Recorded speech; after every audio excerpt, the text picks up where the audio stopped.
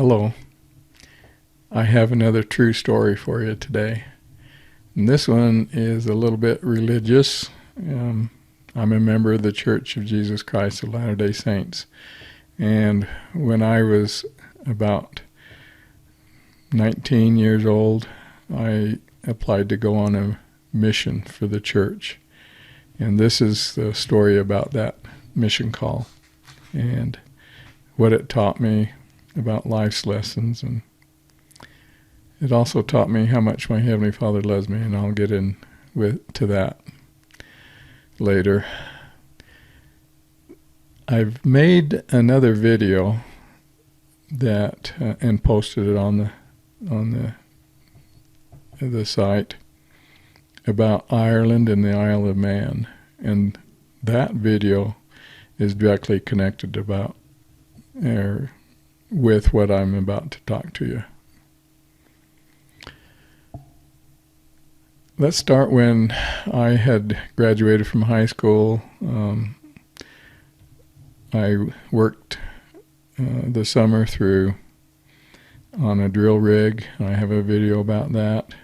And then I came home and I enrolled in BYU. And I have a video that talks a little bit about that. It's the one that is about how I checked out early because I had a mission call and didn't realize I had to check out. I just left. And so that you may or may not have watched that one. Anyway, I got a mission call, and I want to tell you about how I got it and what I learned about it. Before I put in my paperwork or application with the church to be a missionary, I was in a stake meeting that was for men and gleaners, and that's a program that they had back there for young people, basically. And the stake and would get together, and they promoted the idea of going on a mission, among other things, living the gospel standards and so forth. But in this stake meeting, they had several return missionaries, and they were showing their slides and talking about where they had gone on their mission, and it was pretty interesting. I watched one of the elders' slide presentations. Back then they didn't have movies, they just took pictures and had them made into slides.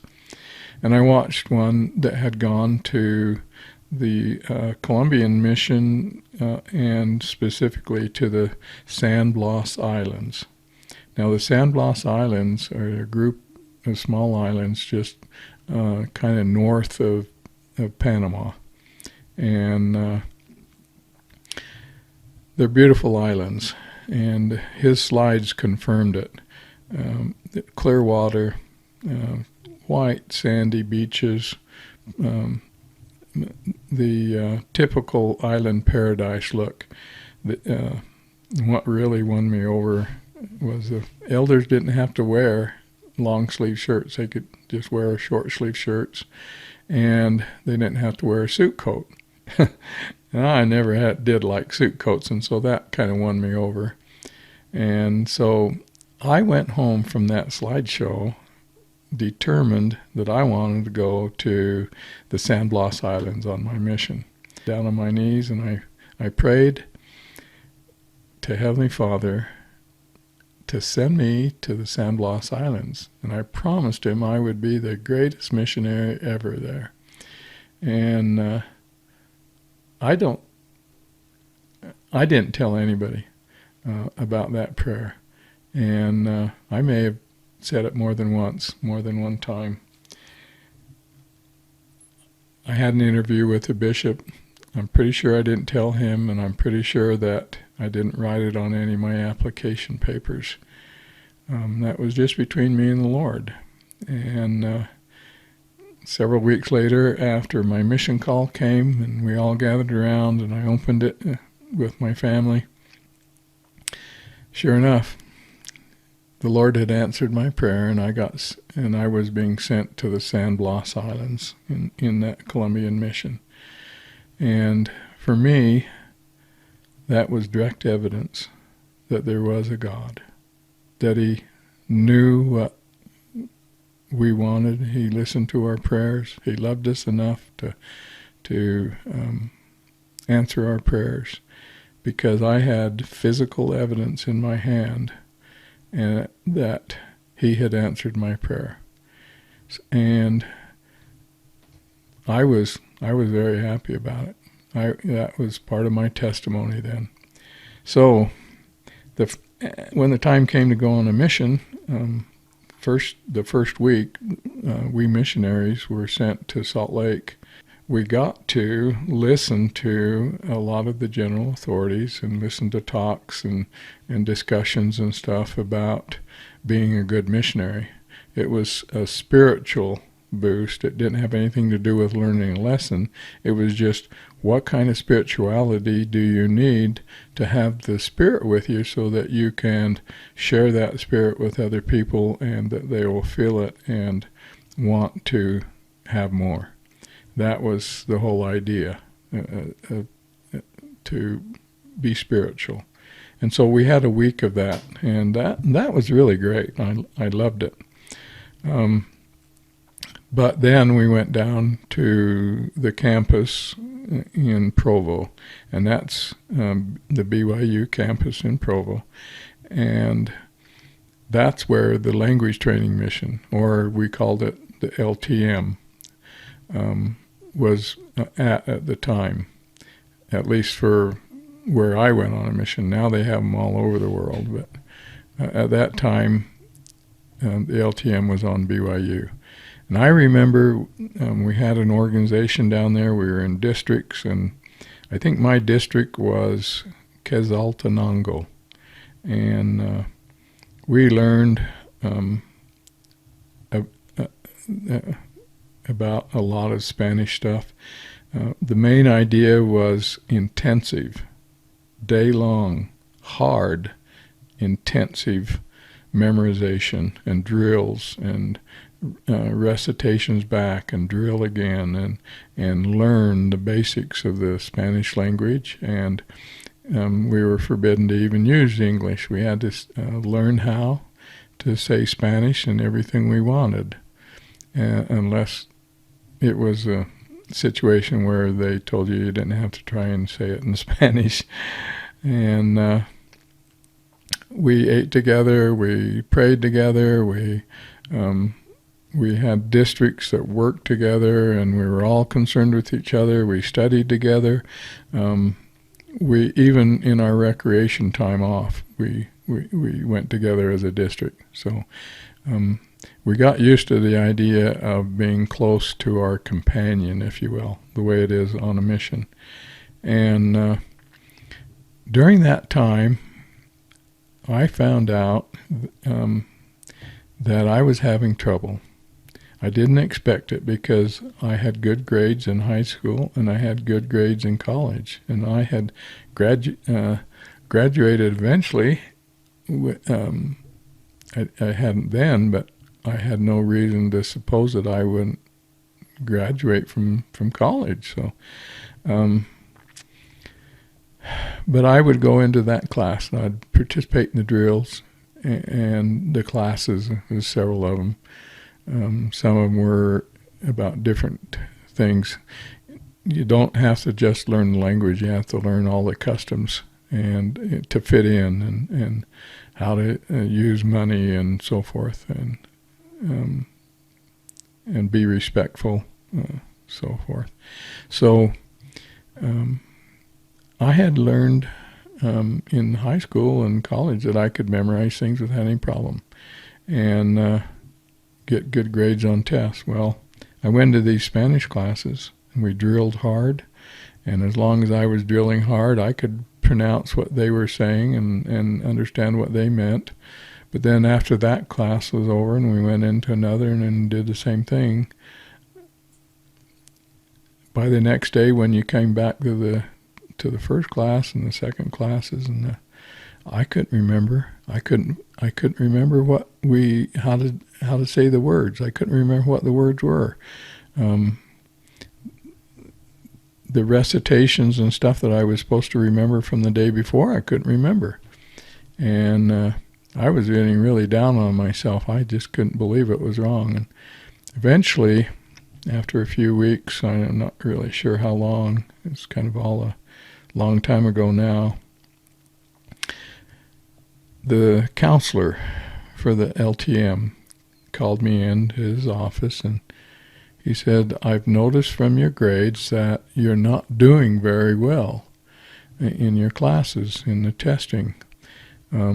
Is there some kind of sin that you've committed that you haven't confessed to before you came? And I assured him that there was nothing like that, because it was all taken care of before I applied for admission. In fact, I had taken the extra time before and waited to apply for admission by several months in order to make sure that the bishop was happy and that I had repented of all those misdeeds that I tell you about in my other videos. And I had a rough time growing up. I was juvenile delinquent, no doubt about it. And I wasn't your typical good LDS boy. And so, but I was trying to be. And so I was honest with the bishop, and everything was on the up and up that way. And I had a clear conscience. And so I told the counselor no, you know. And so in our discussion, he brought up the question, well, why did you want to go on a mission?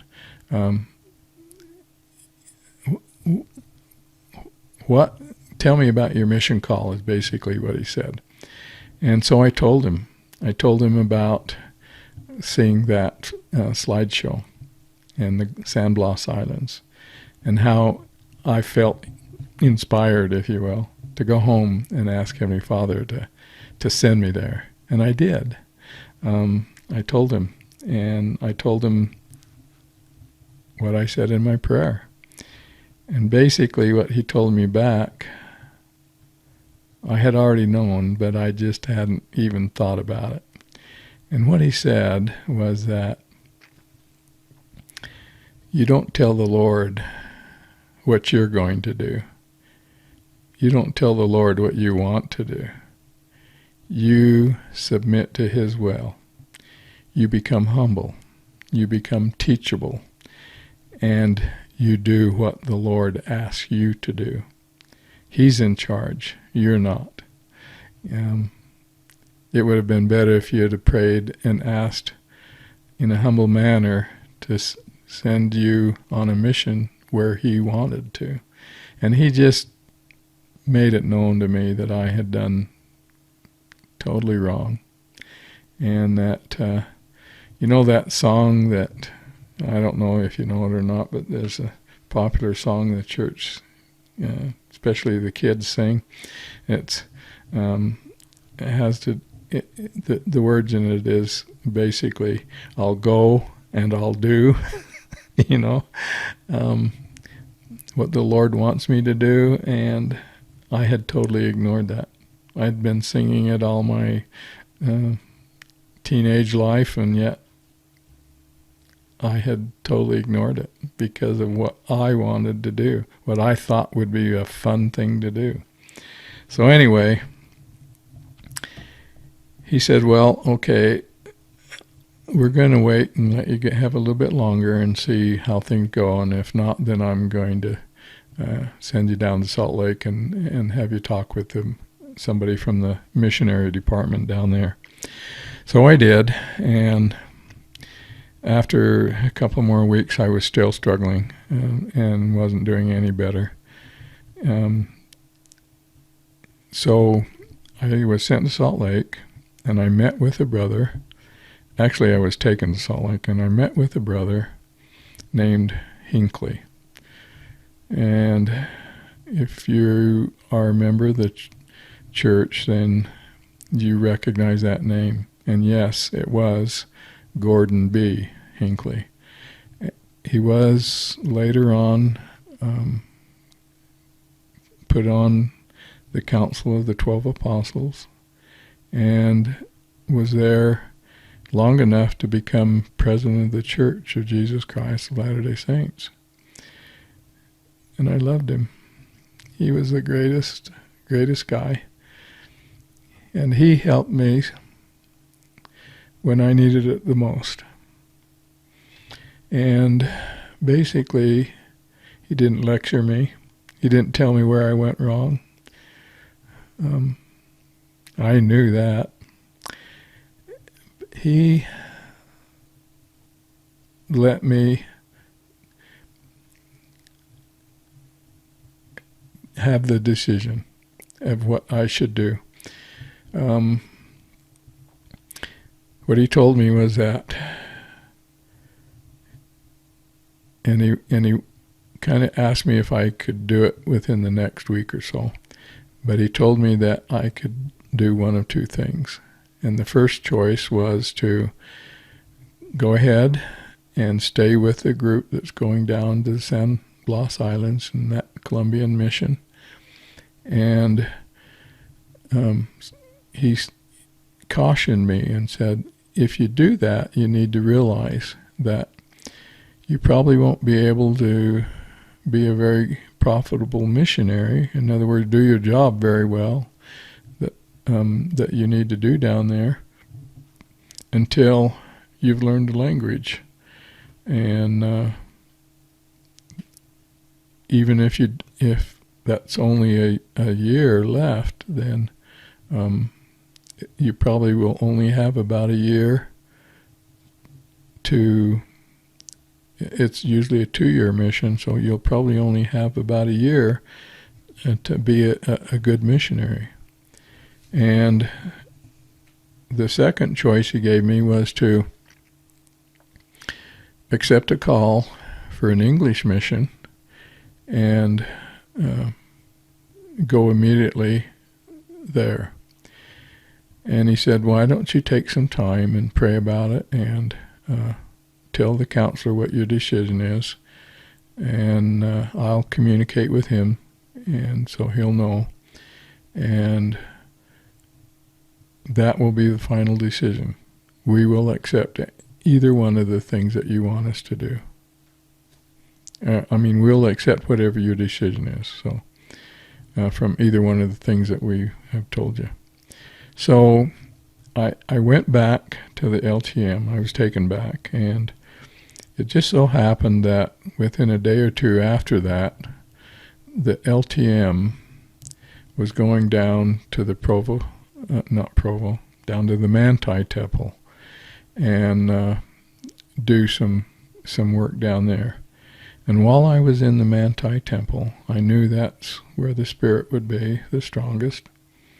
And so I prayed while I was in there. And I asked to be able to make a decision that would be pleasing to Heavenly Father. And I made the decision that, and I think it was by inspiration, but I made the decision that I would accept an English-speaking mission and not insist on going to the San Blas Islands. And the Spirit confirmed it to me that that was the decision that was wanted. And that I think in my mind, I know that from that point on, the thing that I had been worried about ahead of time, let me just back up a little. The thing that I've been worried about in that decision was what my family and my friends would think if I flunked out of Spanish. And that was the reason why I was even considering staying in the Spanish mission, is because I didn't want to lose face, or I didn't want to look like I was stupid.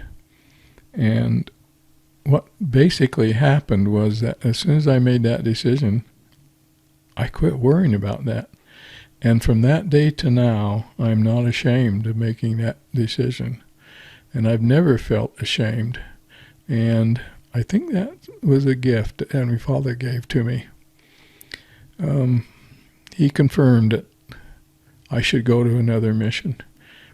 And I told the counselor, he told the missionary department, and within one day, I was gone. They put me on a plane. They told me that my new mission would be the Irish mission.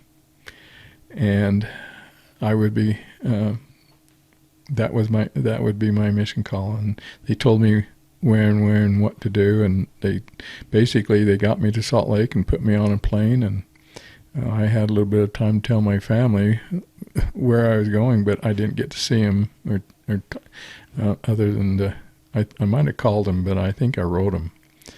And it was a big surprise to them too, of course. But I think they understood. I don't really care. It's a long time now. I won't worry about it. But I didn't care. I knew that I was doing what Heavenly Father wanted me to do. Now I'm going to take just a sidetrack here and say one more thing about it. Years and years later, back when then they didn't have DNA tests. Now you can go get a DNA test from several different places and find out what your ancestry is. And I did that just a few years ago. And I'm 1/3 Irish. So you see, I believe, I'm firmly convinced that the Irish mission is where I was supposed to go in the first place. And that the Lord loved me enough that he was willing to teach me a lesson and let me stumble and fall down. And then he picked me up and helped me go where I was supposed to go to start with. So that's proof, isn't it? That's proof he loves us. Anyway, first thing I knew, I had left the Irish mission and I was on a plane and I was flying to Ireland. And somebody gave me a copy of the discussions in English and sent me on my way. Well, while I was on that plane, I found out two things. One, that those months of intensive memorization that I'd done had opened up my mind to where I was able to memorize things in just minutes. And I memorized 3 of the first discussions, the first, second, and third discussions of the missionary discussions. I think there's 6 or 7 of them, or were. I don't think they use them anymore. Well, I know they don't, but I memorized those 3 just flying on the plane. And memorizing was easy. It's not now, and it wasn't later, but because I had opened up my byways and highways upstairs, it came easy. And the second thing I learned is that, let me tell you like this.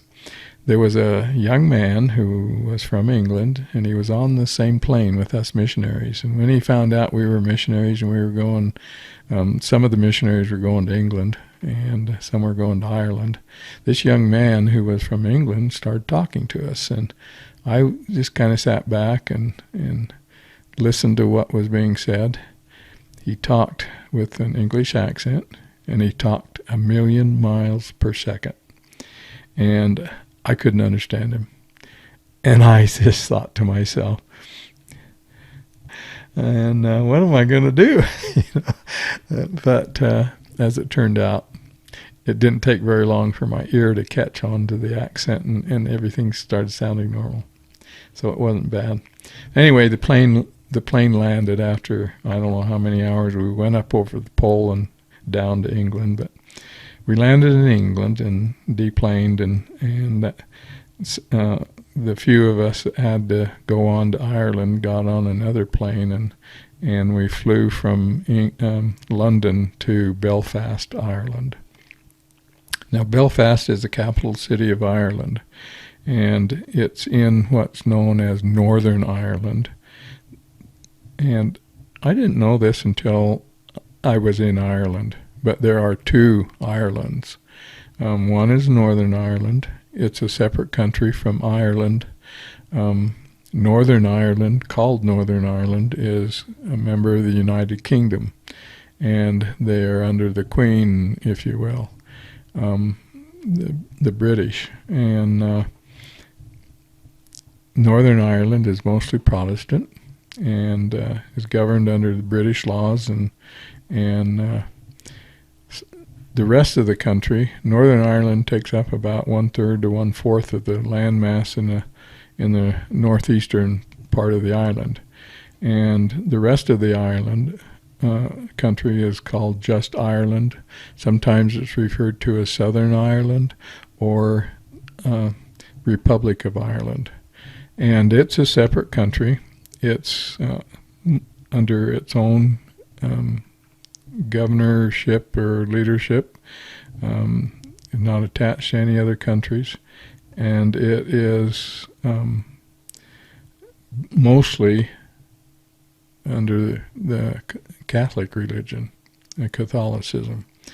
And so I'm sure you're aware of this, but over the centuries, clear back in the 1600s with William of Orange and that era, and right up to the present day, there have been struggles and turmoil and problems and conflicts and even wars, if you will, between Northern Ireland and Ireland because of those two things, Protestant versus Catholic, and the Queen or the British versus the Irish people, the Irish country. So it's two political problems and religious problems, and that's basically what has caused all of the problems between those countries, those two Irelands. The people who lived in Northern Ireland are more inclined to want to do things the way Britain does, and the people who live in the South are basically their own country, and they're the ones that have most of the leprechaun and the folklore, if you will, about the wee people and things like that. They have a little of that in Northern Ireland, but not quite like they do in Southern Ireland. So it took me a while to learn all of this. I didn't know any of it until I actually landed there. And once we landed there, we were picked up at the airport by an elder in a van, and that was my first experience in what their vans are like over there. I got to love those too, but they're smaller than the vans we have in the United States. The roads are narrower, and they drive on the wrong side of the road, of course. And eventually I got my license to drive in Ireland, and I had to learn to think left, not right. Everything's done backwards on the roads from America. So at any rate, we were picked up by a van and taken to the mission home. Now the mission home, as I think I said earlier, is in Belfast. It's kind of in the southwest part of the town, and it's a large, I think it's still there, they still use it, but at that time it was a large, beautiful, great big green lawns and a pond and everything out back, and it was just a gorgeous mansion, many rooms, and you had the mission president and his wife there, and everybody that comes there as elders and during moves and new ones and ones going home. And the mission home was just the center of the mission and a hive of activity. And I had the privilege of working in the mission home for about 2 or 3 months before I was sent home from my mission. At the end of my mission, I was the president and secretary at the time. So I grew to love the mission home. And they dropped us off at the mission home, and then during the course of the day, other cars and some vans would come and pick up one or two of the elders that was there and take them away to where they were assigned to work in their zones and in their districts. And so nobody ever came for me. And the mission president welcomed us and everything, and told us what would be happening about and that. He gave everybody there, converted their English money or their American money to English money for the northern and Irish money for the southern. And the Northern Ireland has its own money system, and Southern Ireland has its own money system. They're both built kind of close around the British, pounds and the pence and tuppence and all the terms you've heard for English money. But they had different pictures on their paper money and different stamps on their coins. And so he would exchange American money for those so that the elders could buy stuff when they're there.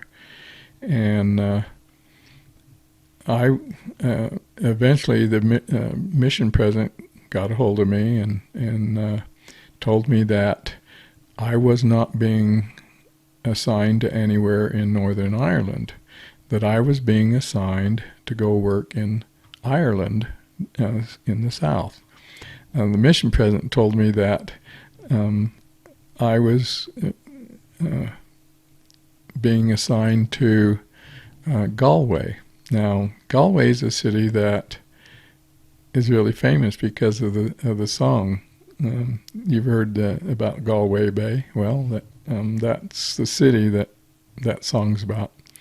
And that there wasn't anyone available to take me down there, and that I had to get on a train and go down alone. Now, two things.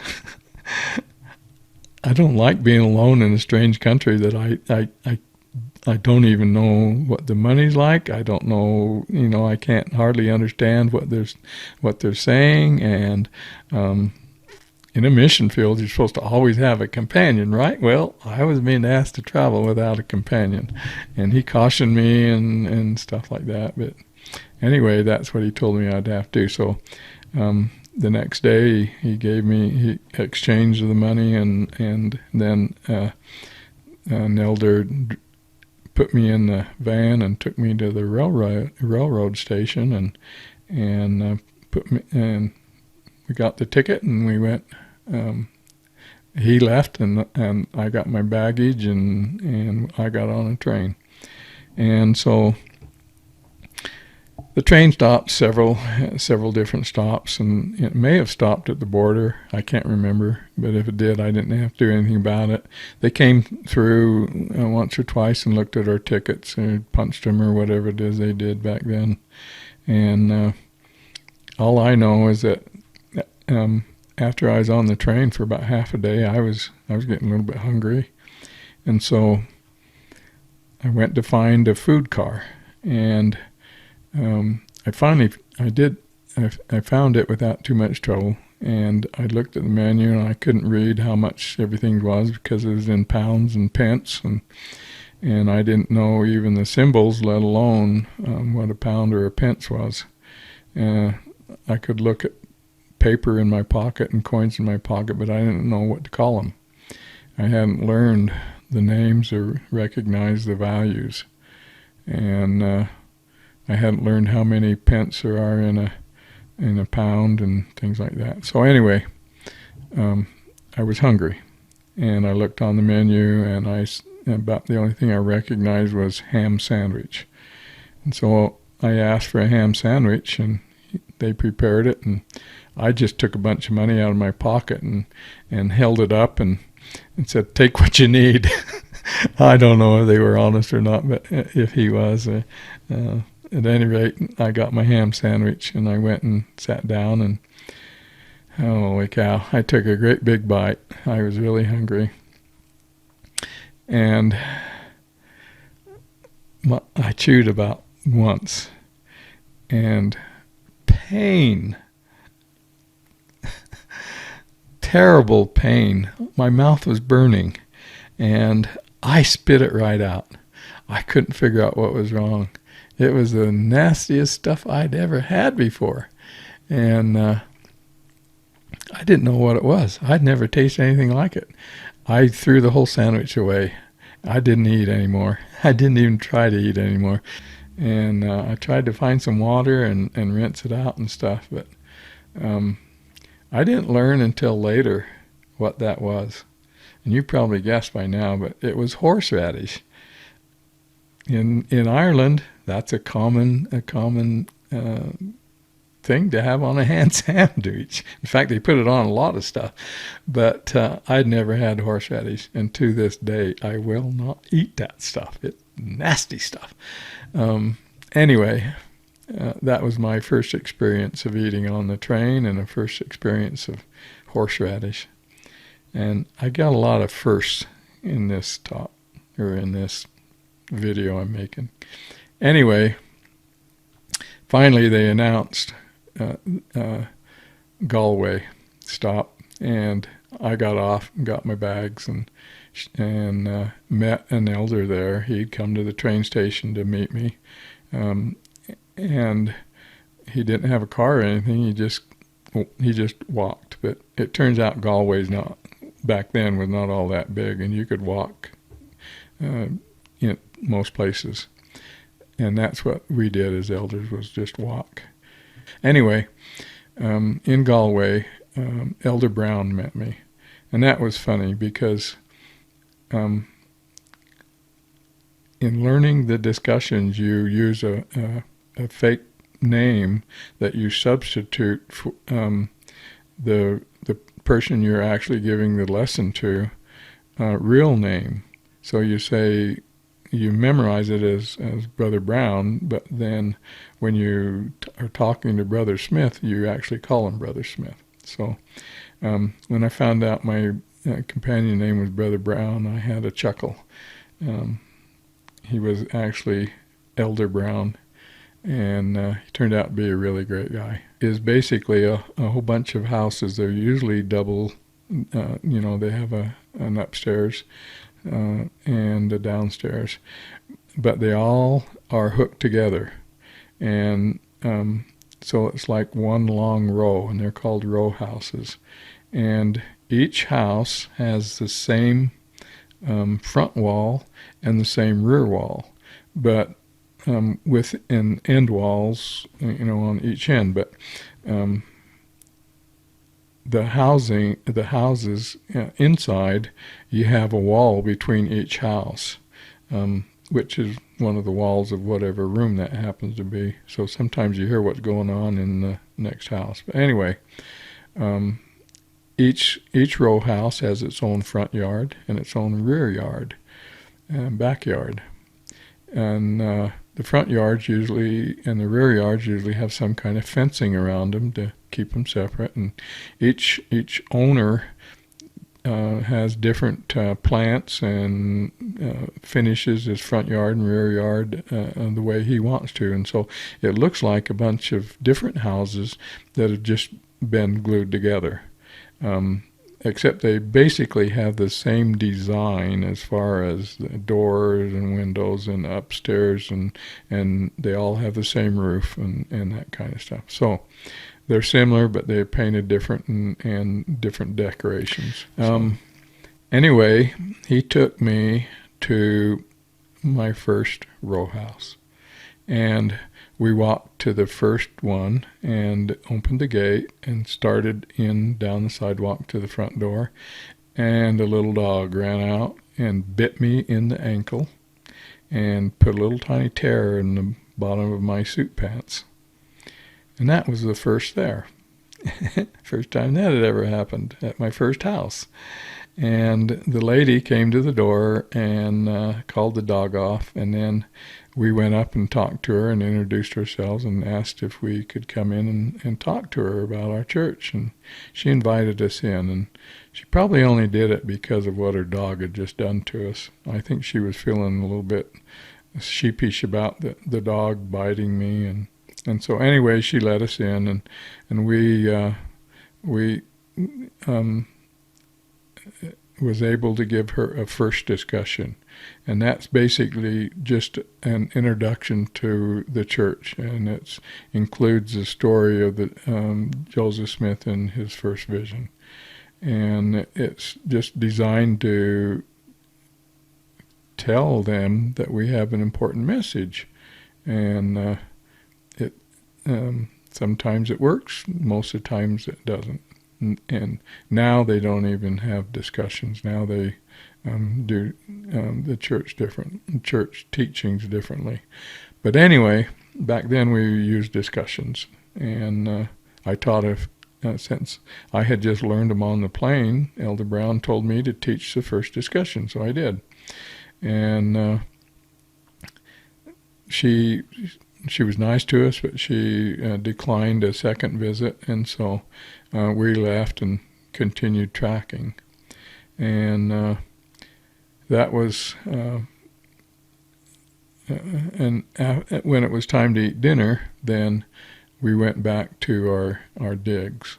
Basically, digs are a room that you rent in a house, and you are also given a breakfast and a dinner. And your room is just basically 2 beds. And once a week you have bathroom privileges to have a bath. But they have to, in order to heat hot water, they have to have a fire. And because the water tank is in the chimney for the fireplace. And so, and this is most houses now, probably by now, they've updated that. And they probably have water heaters and stuff now. I don't know. I haven't been back. But back in the 60s, that's what it was. They were behind us as far as that kind of stuff. And so, because hot water costs a lot of money, in order to, start a fireplace in the summer and when you didn't really need one. And in order to have hot water, you had to have a fireplace. And so we could have a bath only once a week.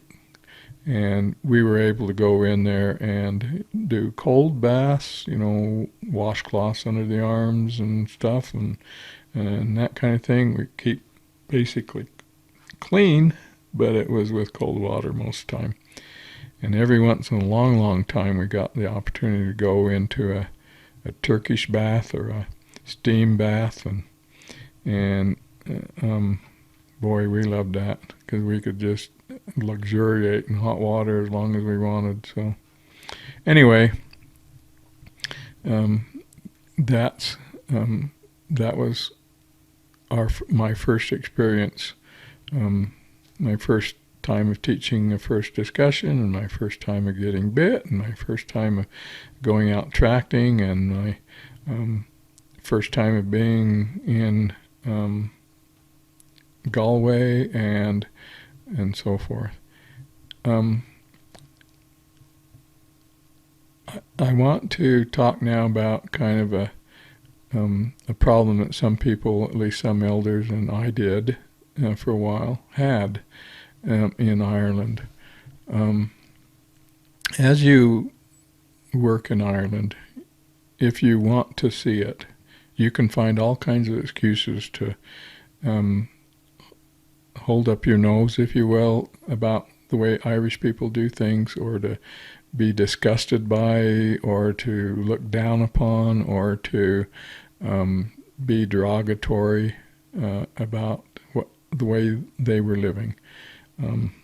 They were a little bit backwards from the way I grew up in the States.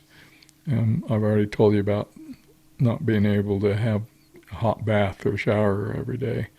And I was kind of used to that. I liked daily showers, if you will. And I started noticing things. I'd hear some of the elders use derogatory terms in talking about some of the Irish. They weren't always dressed very well, and in nice clothes. There was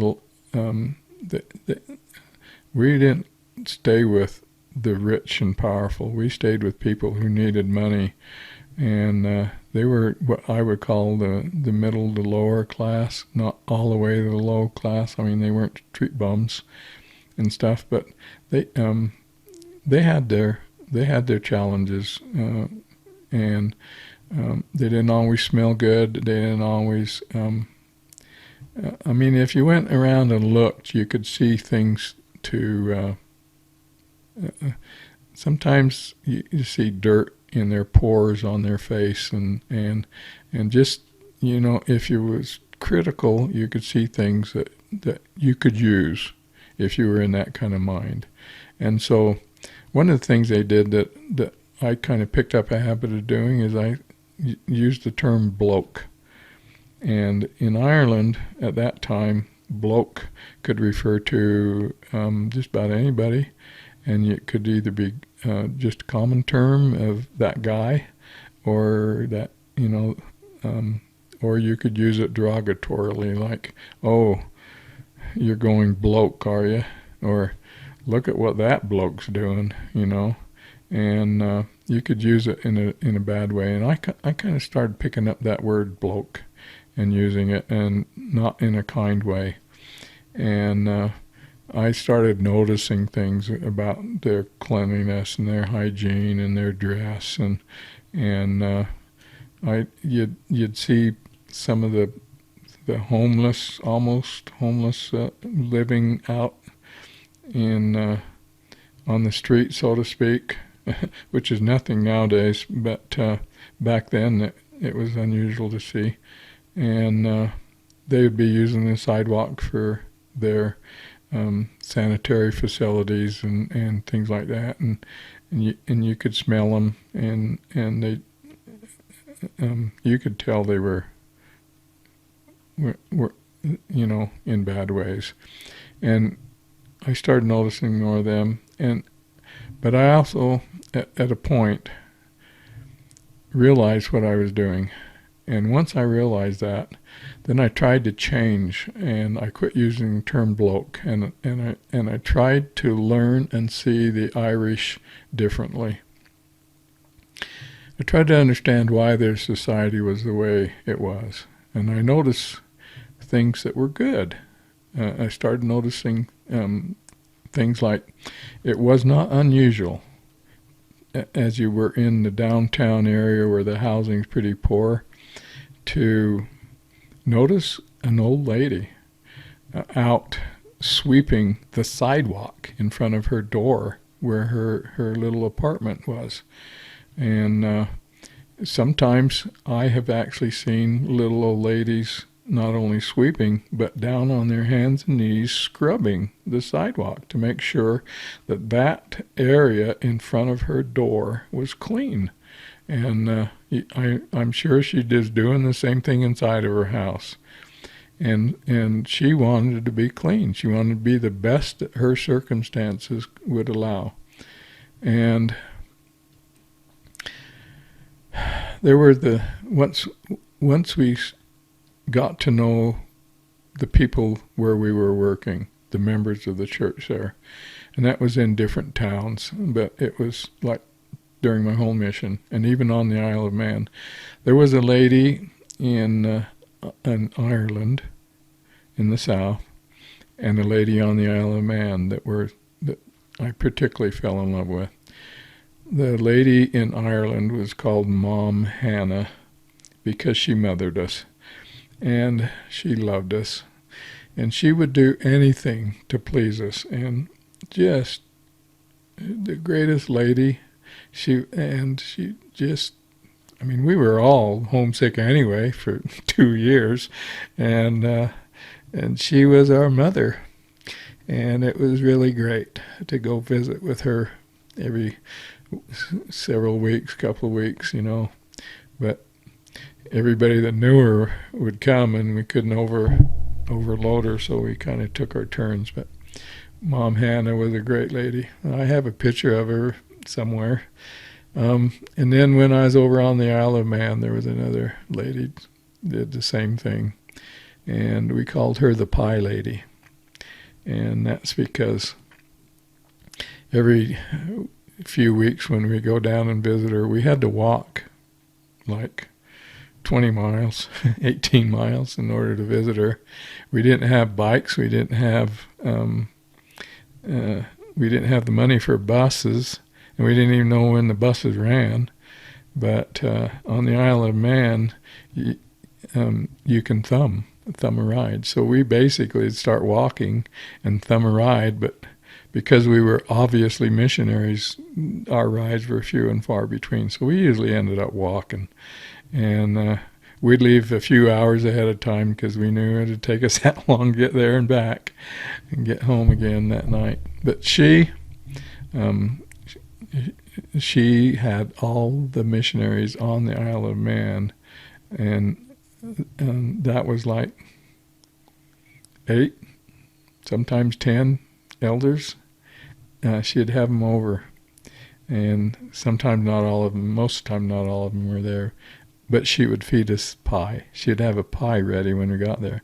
Now my favorite pie is cherry pie, and she knew that, and she had cherry pie, and she had pies for the other elders and their favorite pies, and she was just a great lady, and she was one of the few members in her town, and so we were providing a fellowship for her, and she was mothering us, and it worked really well. And I love both of those ladies. But anyway,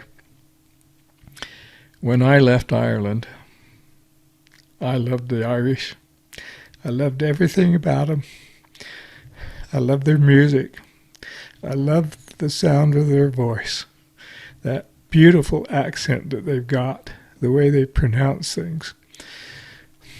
I love the Irish countryside. It's absolutely gorgeous. Green everywhere. Even on the Isle of Man, it was like that. I'm positive now that I was supposed to go to Ireland, and Heavenly Father wanted me there. I was able to be involved in several baptisms there. Maybe I can take a little bit of joy from that, but I know it was the Spirit that did the work. I just had to help a little bit. But I'm sorry. I just love Ireland and Irish people. One time, my youngest son, after I got home and got married, and I had 6 kids. My youngest son was in an army base up in North Dakota, and while we were there visiting, my daughter-in-law, my son's wife, had her visiting teachers come, and they went into the other room, and I was talking to my son, and I heard a beautiful Irish voice in the next room. I jumped up and I ran in there and I stopped whoever was talking and I said, "Where are you from?" And she told me. And it was Southern Ireland, and when I left Ireland, we were helping to build the second chapel or the third chapel in Ireland, and all they had was just wards, and actually they didn't even have a ward that I knew of. They might have up north, but I worked in one area that had a ward house, but it was just a branch. And down in Dublin is where she was from. And we missionaries, I worked in Dublin for a while, and while I was there, I got to help build, one day is all, 1 or 2 days, I helped build some of the footings for the first chapel in Dublin. And it was a really big deal to us missionaries, and so we got to help, but that wasn't what we was called there to do, and so we didn't do it on a regular basis. But they asked for help one day, and we went there. Well, that's when I went home. They had that chapel, and a couple of others in the north, and one in the middle, in a little town called Portadown, and I worked there too. But so I asked her, I said, "How is the church doing in Ireland?" And when I left, they only had a few wards, and she smiled, and she said, "We've got steaks now." And if you that doesn't mean anything to you, you have to have a bunch of wards for each steak, and so that means the church had grown drastically since I had been there, and I was so glad to hear that. And she had grown up in Ireland, and she met an American serviceman and got married, and she became an American citizen, and that serviceman was stationed at the same place my son was, and that's how we got to know her. Later on, I was working in the temple, and I met a man that started talking about how his son had married an Irish girl. Sure enough, it was the same couple. And he told me that the next time that they came to town, he would, came to visit him, he would call me and have me come over and meet her again, just so I could hear her beautiful voice. And unfortunately, COVID hit, and we couldn't work in the temple anymore, and so I've never met her again. Maybe in heaven. I know there'll be a lot of Irish up there. But anyway, there's one last thing I want to tell you. A few years after getting home and working on getting my degree, I was attending a college and working as a state trooper at the same time. And I was getting those last classes I need to finish off my degree. And one of those classes was Spanish for police officers. And so I took it, and I didn't have any trouble at all in learning Spanish, and I got an A out of that class. So that was just confirmation for me that I was sent to the San Blas Islands to teach me a lesson, and that the Lord loved me. And it confirmed that in my mind. And I know He loves you too. And thank you for your time. Bye.